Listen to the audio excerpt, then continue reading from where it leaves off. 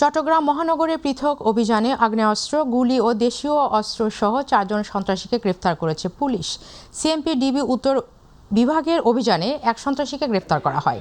সিএমপির media সেন্টারে আয়োজিত সংবাদ সম্মেলনে সিএমপির উপ পুলিশ কমিশনার হাবিবুর রহমান জানান, তার কাছ থেকে উদ্ধার করা হয়েছে 3টি আগ্নেয়াস্ত্র, 20টি তাজা কার্তুজ, 4টি চাপাতি এবং অস্ত্র তৈরির বিভিন্ন সরঞ্জাম। অন্যদিকে উপ পুলিশ কমিশনার মোহাম্মদ আমিরুল ইসলাম জানান, বায়েজিদ বোস্তামি থানার পৃথক অভিযানে আরও 3 জন সন্ত্রাসী গ্রেফতার করা হয়। তাদের কাছ থেকে উদ্ধার করা হয়েছে 2টি বিদেশি পিস্তল, 2টি ম্যাগাজিন, 28 রাউন্ড গুলি এবং 2টি চায়না রাইফেল।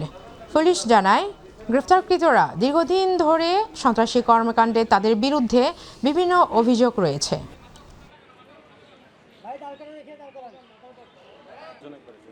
একটি বাসা সার্চ করে আমরা 3টি অবৈধ আগ্নেয়াস্ত্র, 20 রাউন্ড শর্টগানের কার্তুজ, আরও 3টি চাপাতি এবং শর্টগানের একটি ব্যারেল এবং রিকয়েলিং স্প্রিং, অস্ত্রের একটা পার্ট, সেটা এই সরঞ্জামগুলো আমরা উদ্ধার করি।